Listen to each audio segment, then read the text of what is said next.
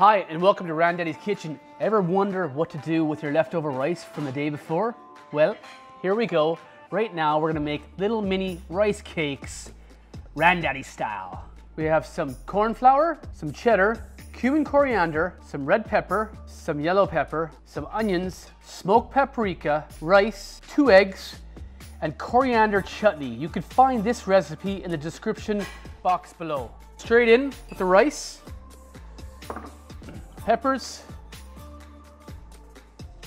onions, some cumin, smoked paprika adds a little bit of that extra flavor, cheese, some corn flour, salt, some pepper, and you know what? I forgot. I'm gonna add a little bit of garlic granules. We're gonna go mix in with these. There we go, look at everything starting to soften up. So a couple things are gonna happen here. We're gonna have the sticky, flavorful cheese. When it melts, is gonna bind things together. The egg's really gonna work in there, and the corn flour equally is going to work. Okay, so we're gonna make little mini rice cakes. It's fairly straightforward. Bind it together. You can even, if you have a deep fryer at home, you can even make little mini rice balls.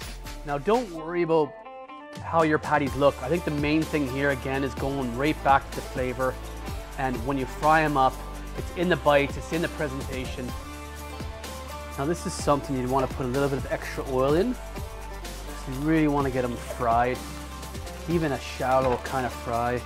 But we're going to lightly place those in there. You can see the sizzle. That's exactly the way you want it. Feel free to add some more ingredients in here. I'm probably missing a few of your choice of ingredients. Flip, exactly the colors we're looking for.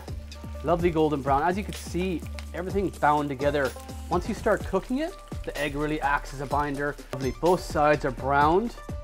Now you can always finish these off in the oven, but if they're flat enough, they should be good in the middle. Loads of coriander. We're gonna go.